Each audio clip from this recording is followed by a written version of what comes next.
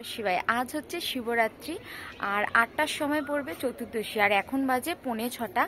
আমি স্নান টান করে নিয়েছি, পুজো দিতে হবে, মানে রেডি ফেডি হব। আর গাছের একটু আকন্দ ফুল টুল তুলে নেব।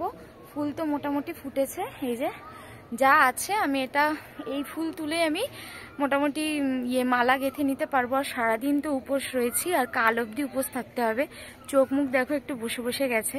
আর কদিন ধরে তো এমনি একটু খাটাখাটনি যাচ্ছিল, যেহেতু কাজ গেল শ্বশুরের। তো যাই হোক, আজকে আমি উপোস করেছি। অনেকে কালকে করবে শনিবার দিন, তবে আজকে আমি করেছি কারণ রাতটা যাতে পাই, কারণ শিবরাত্রি মানে রাতটাই মেন। তো আজকেই আমি উপোস করেছি। আমি এখন আকন্দ ফুলটা তুলে আকন্দ ফুলের মালা করে নেবো, কারণ দেখতে দেখতে কিন্তু 8টা বেজে যাবে। আর ফল ঠলগুলোও ধুয়ে ঠুয়ে রেডি করব।